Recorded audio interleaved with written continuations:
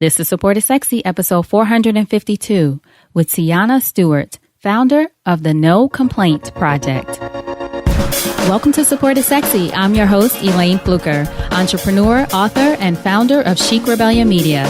5 days a week, Monday through Friday, I bring you inspiring women entrepreneurs who share their wins and lessons to help you take your business to the next level.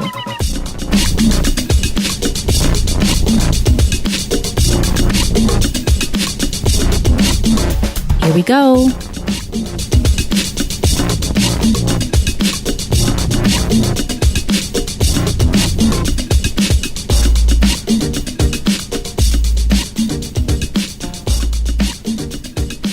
Hi, everyone. Welcome to a new episode of Support is Sexy. I'm happy to have you here because it just would not be the same without you. And if you are a woman entrepreneur, a consultant, any woman who wants to share their expertise with the world, you're tired of playing small and you're ready to get your message out there to step into the spotlight, you must consider podcast guesting. I'm telling you, it's a great way to share your message. I do say yes, I might be biased. I love podcasting, but I'm also a podcast listener, and millions of new people are listening every year. There have been studies on this. Don't miss the boat. But you don't have to create your own podcast, although that's wonderful. Happy to have you in the mix. But you can use podcast guesting to grow your business. Now, if you haven't done it before, you're new to the space, or maybe you just never considered it before, don't worry. I have a free guide for you on how to be an unforgettable podcast guest. Just download it at girlonpodcastgift.com. That's girlonpodcastgift.com. Top 10 tips, easy things you may not have thought of, and all the reasons to consider podcast guesting. girlonpodcastgift.com. Learn how to be an unforgettable podcast guest for all the right reasons. Now, I want to ask you a question. When is the last time that you complained? Was it earlier today? Was it one time today? 2 times? 20 times?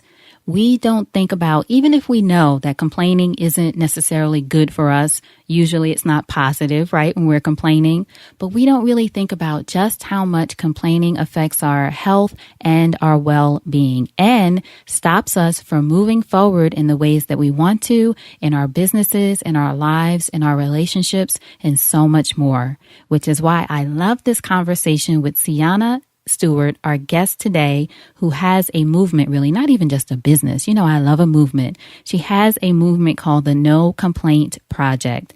And Cianna talks about her personal experience getting to the point where she realized just how much she was complaining and just how much it was affecting her and some of the changes that she's made over the last decade. So she's been doing this and studying this over the last decade that led to her creating the No Complaints Project, but also her recent book, No Complaints, How to Stop Sabotaging Your Joy. All about that. So in this episode, we talked to Cianna about how to manage complaining in our lives. Also, why complaining is usually a symptom of something else. So it's not about the complaint, it's deeper. And we talk about that in this episode. Another thing we talk about in this episode, how to manage people in your life who constantly complain. Sometimes it's not you, it's those around you. And that, to me, is like secondhand smoke. It can be just as harmful. So I know you're going to enjoy this conversation with Cianna. Great opportunity to check in. You know, I always say check in with yourself, see if this applies to you, take some of the feedback, make the change. So now, without further ado, Cianna Stewart. So Cianna, thank you so much for joining us for an episode of Support is Sexy. I'm excited to chat with you. Thank you. I'm excited to chat with you, Elaine. Of course. Now, our first question, when did you first fall in love with entrepreneurship? I have to say that I'm not sure that I've fully fallen in love with entrepreneurship or can put a particular date on it. It felt to me like it happened out of me just desiring to help as many people as possible. And this is not my first real foray. It's my first foray into individual solo entrepreneurship, but I have run a startup before back in the late 90s, but that was the only time.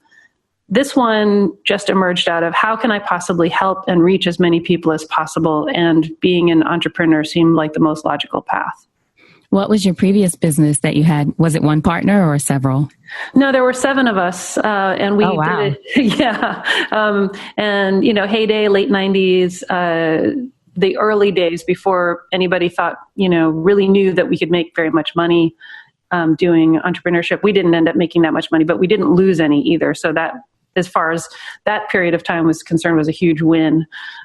We did a thing of, you remember back in the old days when you had like CDs and video games on cassettes and stuff like that? I remember. So we created a business of swapping those, like an exchange to share with other people. Like, oh, I have these things that I'm not watching anymore, or books that I'm not reading anymore, but I'd like to trade them for other things. We just created an exchange for that. And it was a lot of fun. Yeah. You sort of did the sharing thing before, like now the ride share, home share, this whole sharing bike share industry, right? Yeah, exactly. That was kind of the idea, was you just had good stuff that, you weren't using anymore and just send it along to somebody else. Mm-hmm. So what was, or I should say, have you always been thinking of entrepreneurship as the way you were going to create your life, so to speak, because you had a business before, you have this new business now? Was this always part of your childhood growing up, seeing entrepreneurs?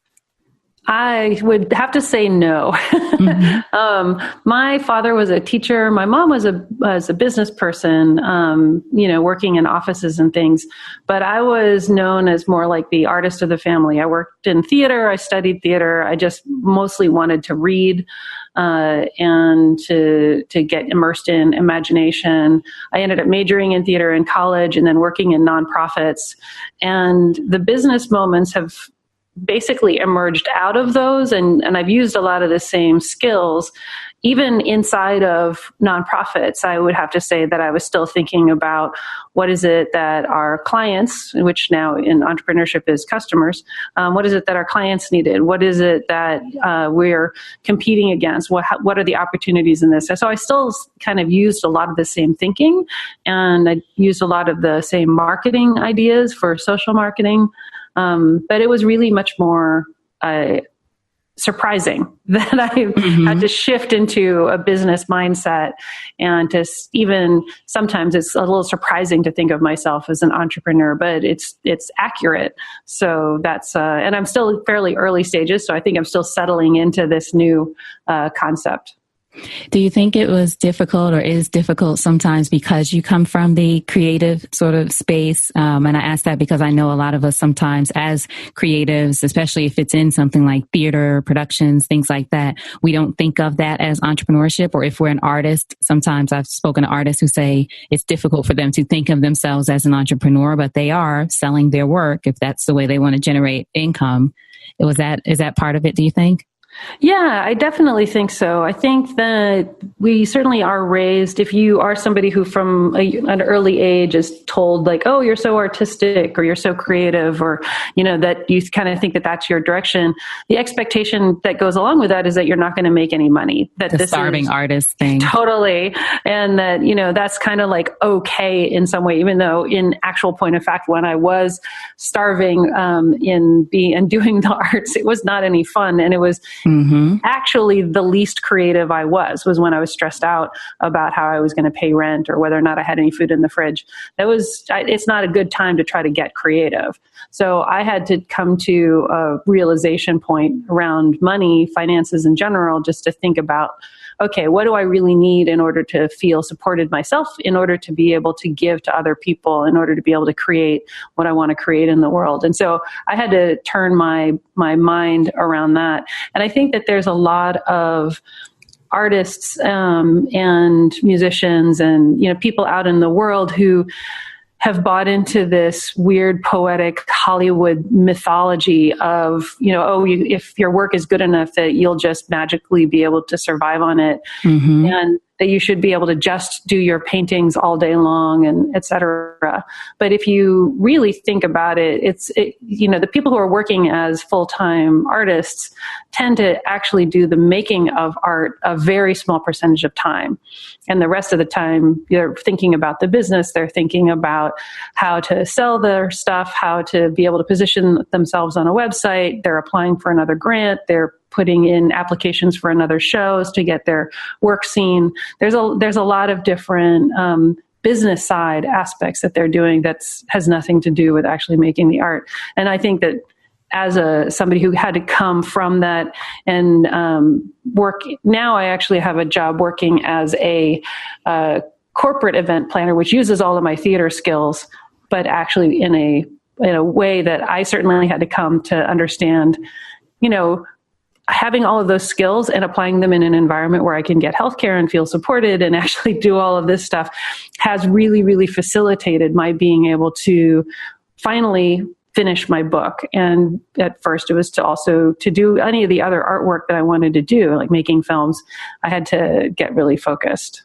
Mm-hmm. Thank you so much for sharing that. I think it's so true on so many levels. I have a very close, I consider him my brother, not even my friend. He's married to my best friend. So he's like a brother-in-law, Mark Andre Robinson, who's also an artist. And I never knew until knowing him very well, just how much, as you mentioned, that he creates art, beautiful sculptures, but so much of the other part of his business, if you will, is the grants and doing, what do you call it? When you're commissioned to do things, going different commissions, and there's so much more to it than just creating your art all day. That sounds lovely, but that doesn't necessarily pay the bills if that is your business.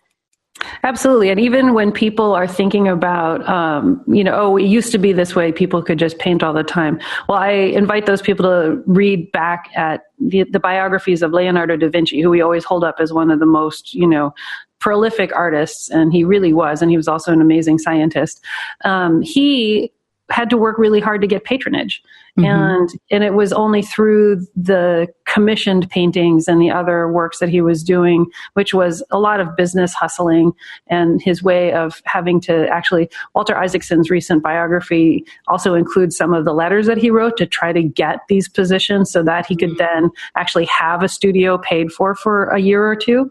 And, I would say if that's what you're thinking is the example, well, then hustle like Leonardo. Right. Hustle like You better put that on a t-shirt, Cianna. Hustle like Leonardo. I love it. Leonardo. You want to be an artist. That's right. That's right. That's right. That's excellent. So then when you closed down or did you close it down? I don't know if you guys sold it or decided to stop with your previous business, the CD, the exchange business. How much time was in between that and your new project, the No Complaining project? That shut down in 2001, so it's been a long time. The No Complaining project really emerged the very beginning of it was in 2006. I got really sick of my own complaining, and so I just decided that I had to stop. And I found what were you going through at that time in 2006 that was causing you to complain maybe more than usual? I had a terrible breakup in 2005 and had been financially and emotionally as well as logistically devastated by that and had to kind of pull myself out of that. I went into a pretty bad depression and I had lost a lot of actual things in that breakup.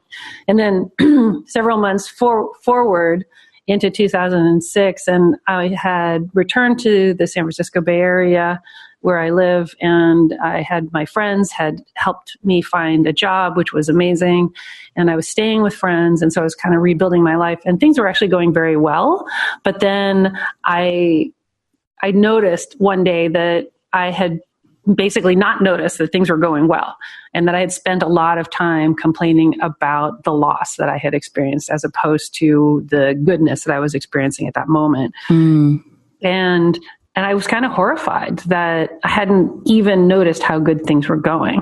And so I took a little hard look at myself and said, okay, that's it. No more complaining for you.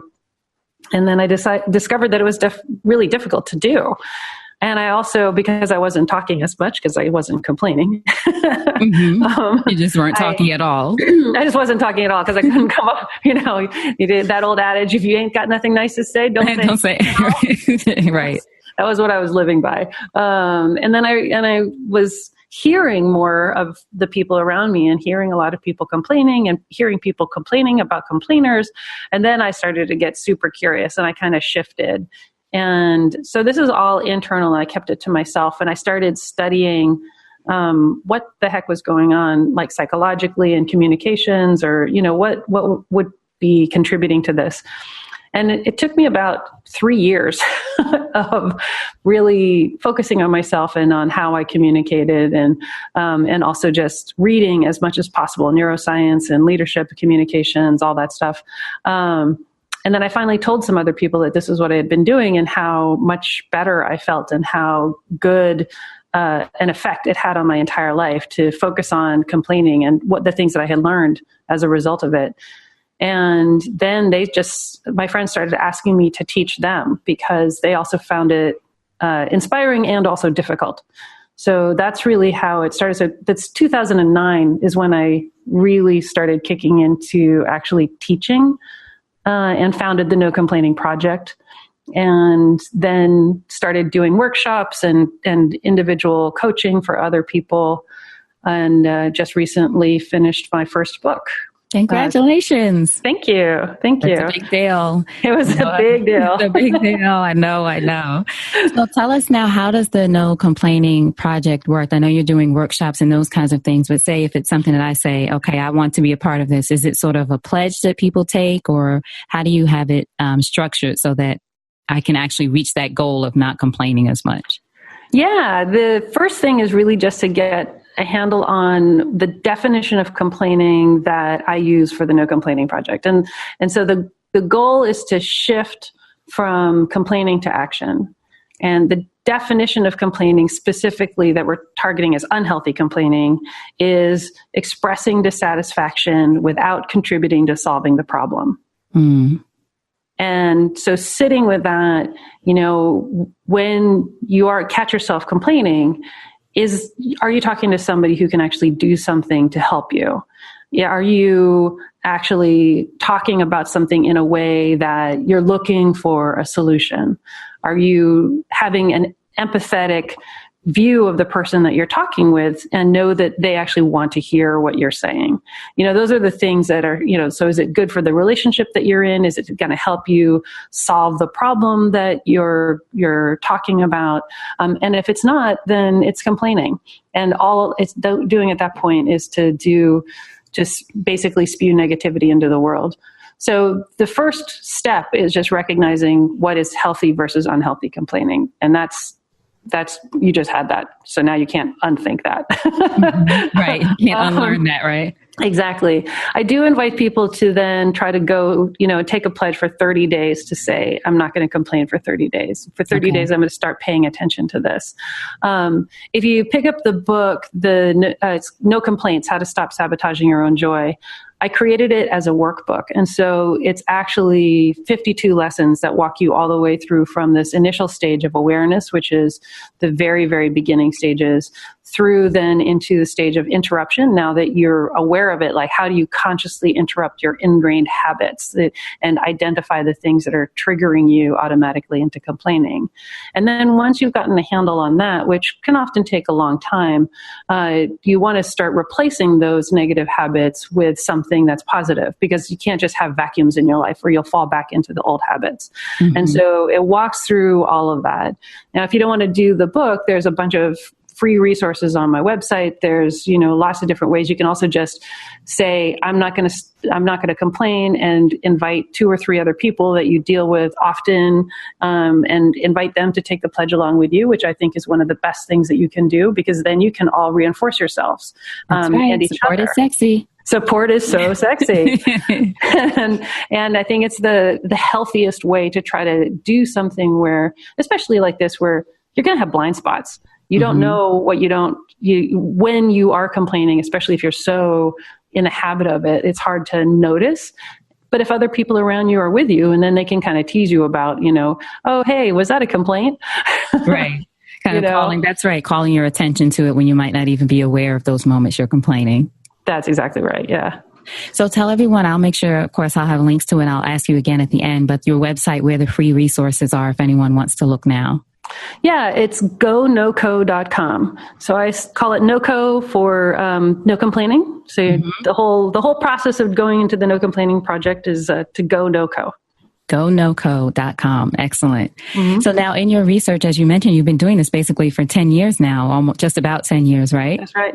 How long have you found that most of us can go without complaining? I know the challenge is 30 days to start, but have you found that people sort of slip after how long?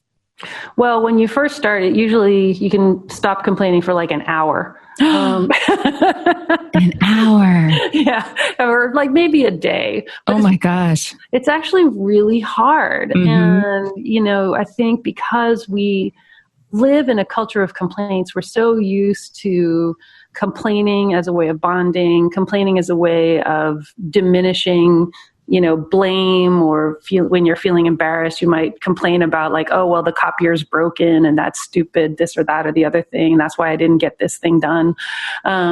You might complain. The second chapter in the book is about micro complaints.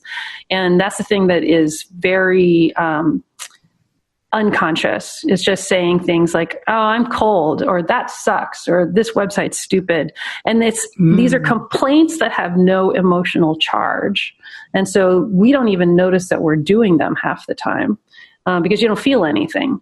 But the people around you do notice, and they do feel it, and they get an impression. If you do this kind of thing all the time, we all know people who are just negative Nellies. Yeah, I never thought about those things. Yeah. And those are those micro complaints just put a sort of a tone on yourself and your way of presenting yourself in the world. And so I think that when I joke about it being an hour, I think it's because of those micro complaints. Right.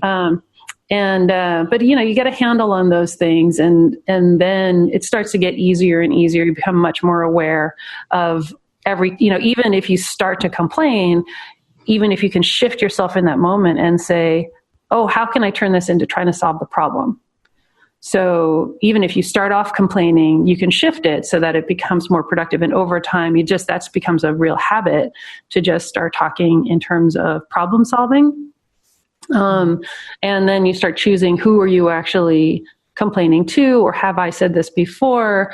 And again, having more empathy for your listener. It's a real mental shift that happens over time. But that said, I call this a no complaining practice. And that's because you have to do it all the time. And I still complain. It's a thing that's like, it just catches me unawares. Life gets hard. You get tired. You get hangry. Who knows what the triggers are. Somebody's going to be like asking you for one more thing when you're already overloaded and you didn't get enough sleep in that last night anyway, and especially since a lot of your listeners are people who are in positions of supporting other people. And, those are really fragmented times to try to think about yourself and to start to stay conscious about your own thinking. And so I think if you start complaining, forgive yourself and just move on and just say, okay, fine. I'm going to try again tomorrow. And not beat yourself up about it, because it's not going to help you. But, know that I, who is like the queen of not complaining, I still complain. and I complain a whole lot less. It doesn't last for very long.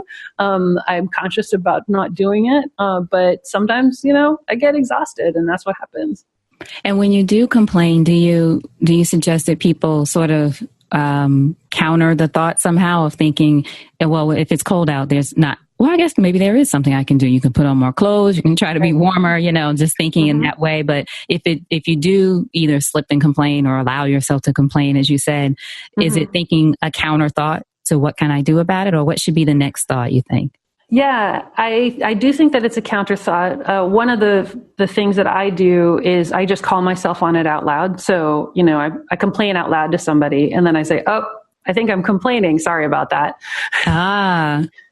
And then we both know what I just did. I just be like, oh, that's not how I want to talk to you. And then just switch. And I think, one of the things that's funny about the entire project is it introduces a lot of breaking of social norms. So it's not normal to call yourself out on complaining and you're trying to like subtly shift it in the background so that nobody knows. So it's like, actually, it's easier if you just say it out loud, and they say, let's talk about something new. Right. Or just change the subject. Exactly. And I actually say sometimes, let's talk about something else. Right. Because I'm going to complain about that other thing. So I don't want to talk about it. So this is, I was going to say maybe everybody has this question, but I know this is a thing for me. How do we, I was going to say get rid of, that's not the words, manage other complainers in our lives? Because for some of us, even if we are going through the Go No Co project, it might be a matter of how do I manage when it seems like whether at work or in your business or even in your family, you're surrounded by complainers because it's just their way of being, their chosen way of being. They might not even be aware of it, as you mentioned. So how do we handle that?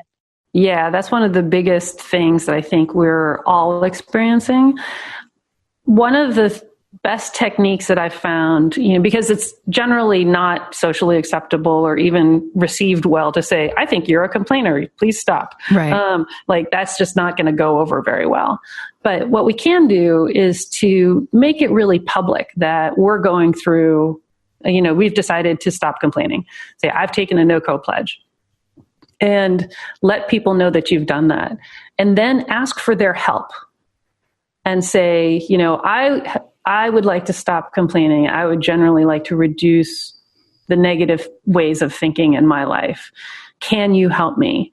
When we're talking together, can you help me stay focused on talking about positive things? And then if you can do that preemptively before you're in the middle of a complaining conversation, then inevitably that person who's a habitual complainer will start complaining. And then you can say, oh, I'm feeling like the pull to complain right now. I can't participate in this conversation. And then, and don't push it on them like you're such a bad person, but just own that it's like, oh, on me, I can't participate in this conversation. Can we talk about something else? And if they keep doing it, it's like, I'm sorry, I kind of have to go because, it's to remove yourself from. Exactly. Like this is a violation of my pledge to myself. And that is something that has worked quite well. But you have to be very firm about it and being willing to stand up to probably somebody's going to be pretty pissed off at some point or hurt. Are you saying that I'm a complainer? What are you saying? You don't want to talk with me. You're not listening to me. Not listening to me. Mm-hmm. Yeah, I'm not complaining. This is just, I'm just in pain. This just sucks. And then I think you can say, if you do want to stay in relation to that person as opposed to just exiting the conversation, then I think you can say, well, I'd really like to help you, because I care about you and I don't want you to suffer. So can we shift to figuring out what can help you feel better? Good. Mm-hmm. And then you're sort of inviting them into the conversation that way, as well as actually that's the point of the entire project is to get people out of just, oh, this sucks into this sucks and how can we fix it? Or how can we at least make it not so bad, and that's the thing that I think is key is to try to remember and remind other people as well that, it's about, can we actually solve the problem that's underlying this? And you're offering to support them and be helpful to them. You're stopping the complaining, but then you're also inviting them into the solution. So as you said, if it's people who might be upset or pissed off, I'm thinking family and, actually I'm thinking family, to be honest. Because I need this in my life. Yes. I'm always like, but can't we? But you don't realize how much it, I'll speak for myself. There are times when I didn't realize how much the complaining of other people affects me. Because if you're trying to be and not that I'm human, I complain too, but I try to catch myself before I even knew about this. I'm like, oh, she has a whole project around it. I love it. The idea of it. But sometimes, there are people in your life for different reasons. This is just the way that they've been. But if you try to pull yourself away from it, or as you said, just say, oh, you're complaining too much, it normally doesn't go well. But I love the idea of inviting them into how can we find a solution for this? So that we're still in this together. But if I'm offering you a chance to make the shift, but then obviously if they don't, you need to excuse yourself. Right. Exactly. And I think it's one of the best ways to try to stay having an open heart with a person who's complaining a lot, is to go into that where you're trying to together solve this problem, or it's a loving way of doing it. It's a loving way of doing it. Exactly. One of the most heartbreaking things for me about, watching this and doing this project is when I've watched people who are in long-term relationships, whether it's romantic relationships or family relationships or something, where they really care about the other person a lot, but that person is complaining a lot. And when you care about somebody and they're complaining, you're kind of suffering along with them because you have some empathy for them. Mm-hmm. Or you have a lot of empathy for them. Like, I know that they're in so much pain, or I know that they're struggling so hard. And so you feel for them. But if they continue to just hammer on the same problem again and again and again and take no action on it, especially if you keep trying to offer solutions, like, what if we did this, or do you want me to change that? And they're like, no, that'll never work, or, whatever. Right. Stop telling me what to do, or whatever it is. The only choice that you have as somebody who's an empathetic, caring person is actually you have two choices: to suffer along with them by continuing to leave your heart that open, or to close your heart a little bit and to protect yourself. And the problem with that is you can't selectively close your heart. So it actually starts to erode the overall amount that you care about this person. And I think that is incredibly tragic. And that's one of the main motivators for me to try to do this work, is to help people who are listening to chronic complainers and to make sure that those relationships stay intact in some way, because otherwise they're just going to become hard-hearted, resentful, functional relationships as opposed to caring, loving ones. Right. And if you're a person, I know for me, I don't know if I'm an empath, but I know I feel very deeply. So when people, I've always been like that since I was a child. My parents laugh at how I used to, they're not mean people, but they did laugh at me when I used to cry when we see people on the street, or I used to want to adopt everyone and take everyone home, and, just this compassionate child, etc. So now though, as an adult, that manifests as when someone's in pain, especially someone I love and care about, wanting to support them. But then after a while, just as you said, it's not necessarily, I wouldn't call it a toxic relationship, but I can feel it pulling me down. And sometimes I just have to remove myself, but then I feel guilty about it. So hearing from you just some of these techniques, it's really helpful for me, and hopefully for anyone listening who might be the same way. If someone is around you in your business, your office, your family, wherever, where the complaining is really affecting you, figure out a way that you can basically protect yourself, so that if you can be helpful, you can be helpful. But really, some of it, I think, is as much self-care as it is supporting other people. I think that's exactly right. And one of the things that's cool too is when people see that you're taking care of yourself and you're feeling better, often they start to get curious, like, what did you do? How did you do this? I do invite people to create like no-code practice groups and try to say like, well, let's do this together. Like, oh, it's been really helpful to me, or I've been thinking about this one thing a little better, a little more. I think that it's the idea of studying something together and talking about it together, so you can also talk about the hard things. So for me, one of the most interesting things about focusing on complaining, and the reason why it's been still a topic of interest for me after 10 years, and if anything, it's getting to be more so, is that complaints aren't just words. They're always an indication of something else is going on. They're, a cry for attention because somebody is feeling neglected. They're, somebody asking for feeling loved because they're used to people, giving them sympathy as a form of love. They're somebody who's feeling worried about getting blamed for something. And so they're, using complaining as a way of deflecting that. There's something else that's actually going on. And I think that the decision to stop complaining, I call it an act of courage, because it actually means that you're deciding to face the underlying problems and fears and hurts and the emotions that are driving the complaints in the first place. Because that's really the only way that you actually get to a state where you're feeling more free of the urge to complain, is if you actually deal with the stuff that's underlying it in the first place.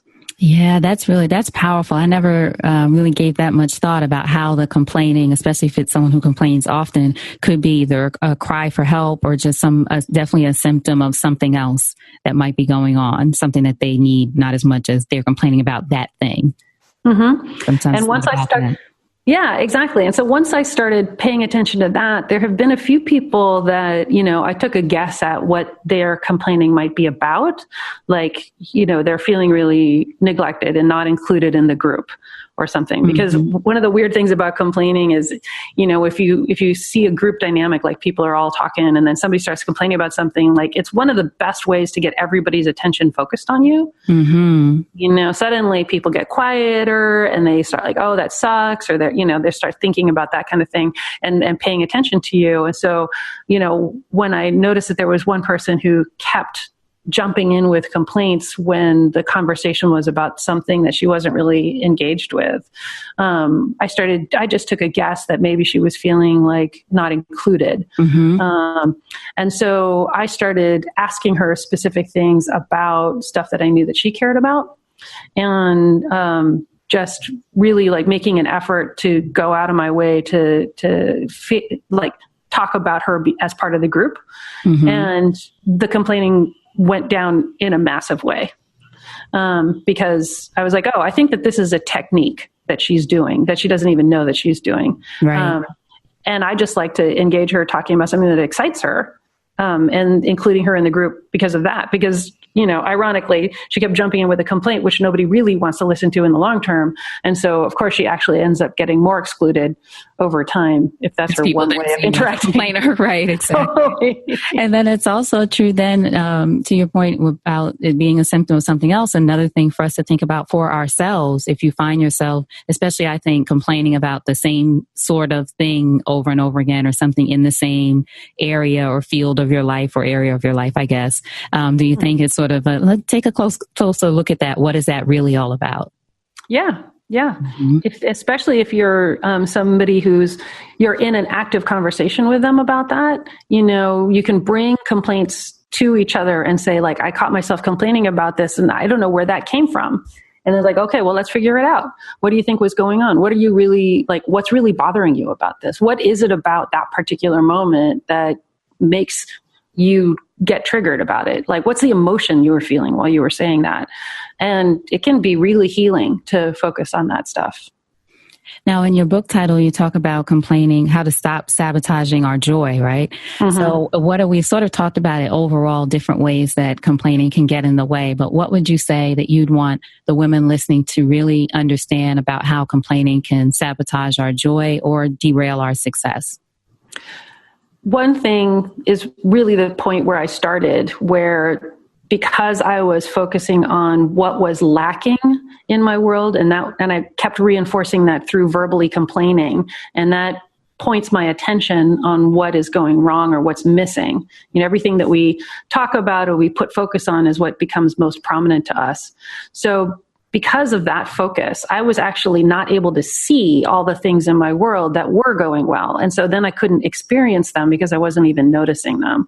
And that's one of the prime ways that I feel that complaining really sabotages us. And it kind of puts our attention and hones our attention on the negative things in our world.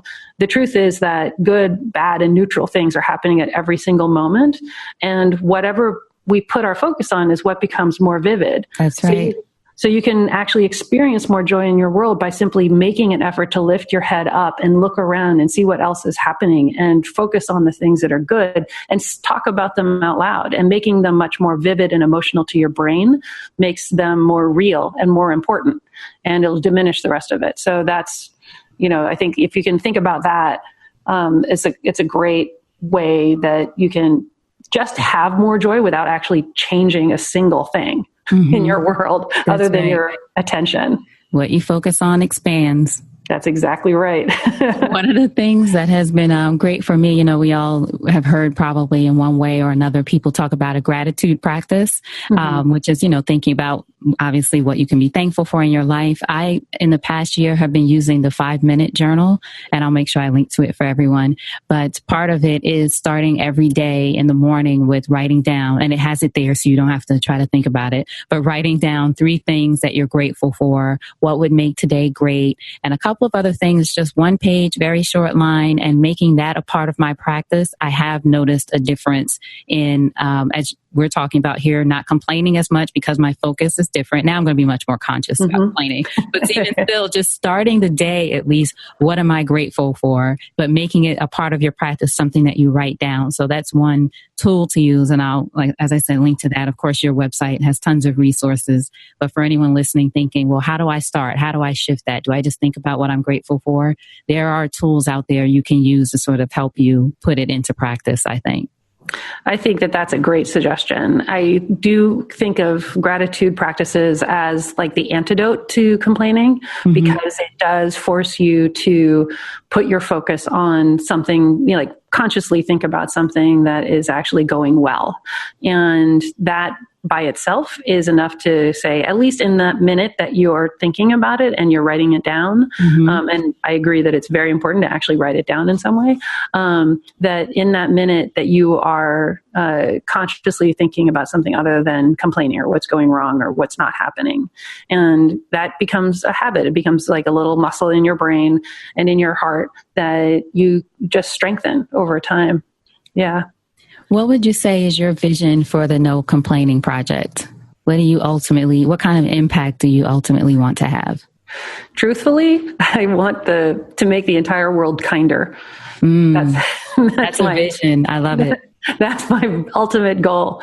Yeah, I feel because a lot of complaining is comparing reality to something else. And that means that there's some vision you have of what reality could be. I want us to actually work towards that other vision and see, like, let's make that thing happen.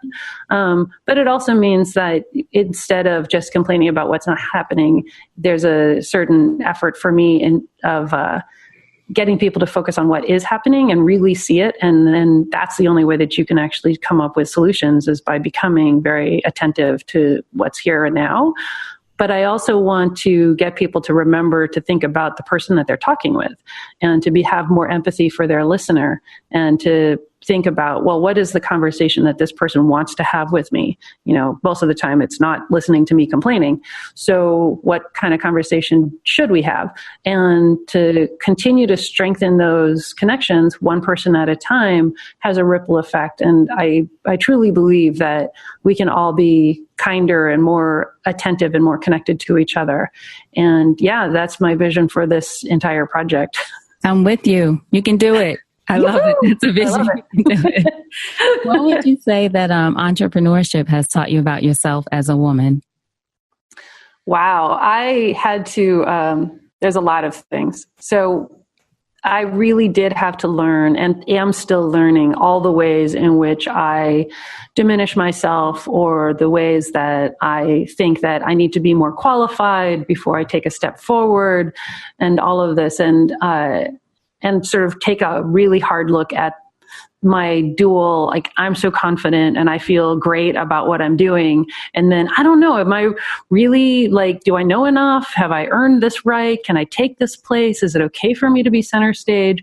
Like, all of that kind of self-doubt creeps in, sometimes doesn't creep in. It's like smacks me upside the head. And, you know, and so it's been interesting for me to consciously choose to ingest a lot of information from women who are entrepreneurs, and feeling how strong they are about different things, but also the sorts of struggles that they've had to overcome to take their rightful place.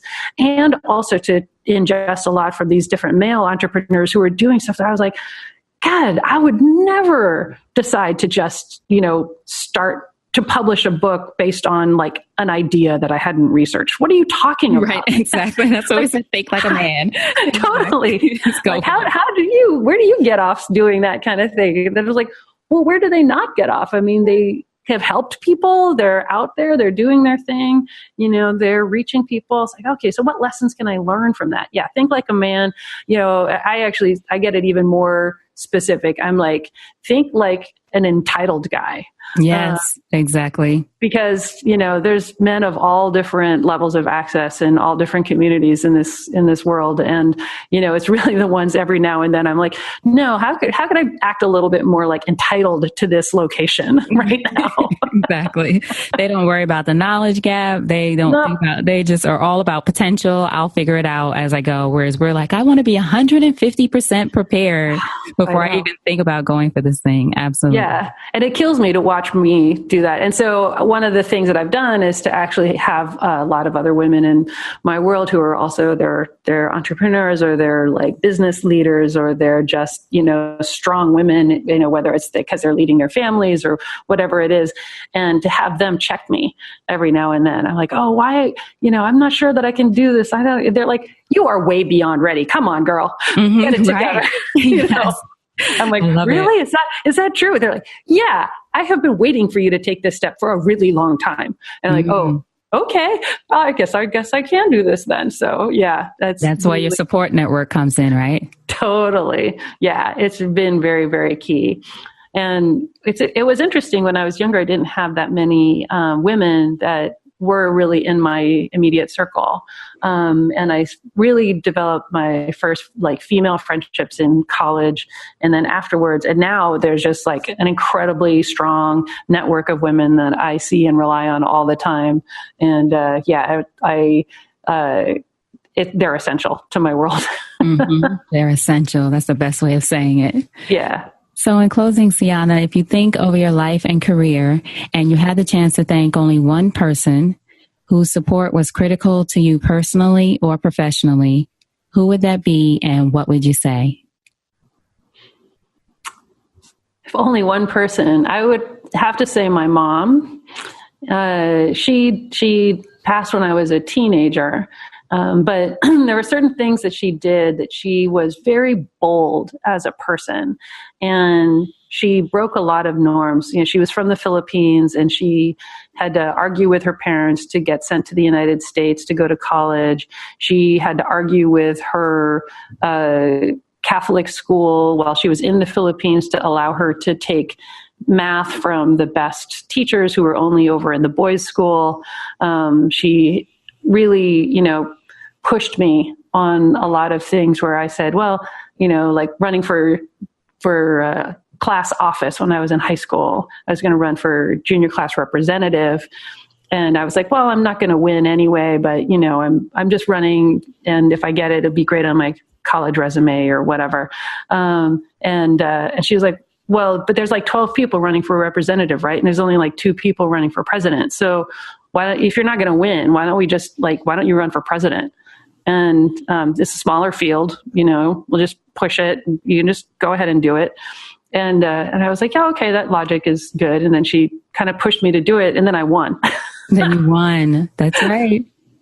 And I was like, wait, I'm not ready for this. She's like, yes, you are. You can do this. I love it. Yeah. So it's stuff like that I think that she really stood as a model for me of, and she also did all of that stuff still being playful and still laughing a lot and still having a real sense of self. And she was very aware of what it was to be an immigrant woman working in the 1960s. And sometimes she would just make fun of it. And it was like, oh, okay, I can see how you can double this awareness and also use humor to kind of disarm the situation, which is great. From the Philippines, you said, right? Yeah. That's beautiful. Beautiful. Now, what would you say are the ways that we can support you? We mentioned your website earlier, but tell everyone again and other ways to get in touch with you, to find your book, all that great stuff. Yeah. My website is GoNoco, GoNoco.com. So GoNoco, that's one of the best ways for you to actually support me and my mission to make the world kinder. The book is available anywhere books are sold. It's called No Complaints, How to Stop Sabotaging Your Own Joy. I'm also on Facebook at the No Complaining Project and on Twitter as Cianna, which is spelled Cianna.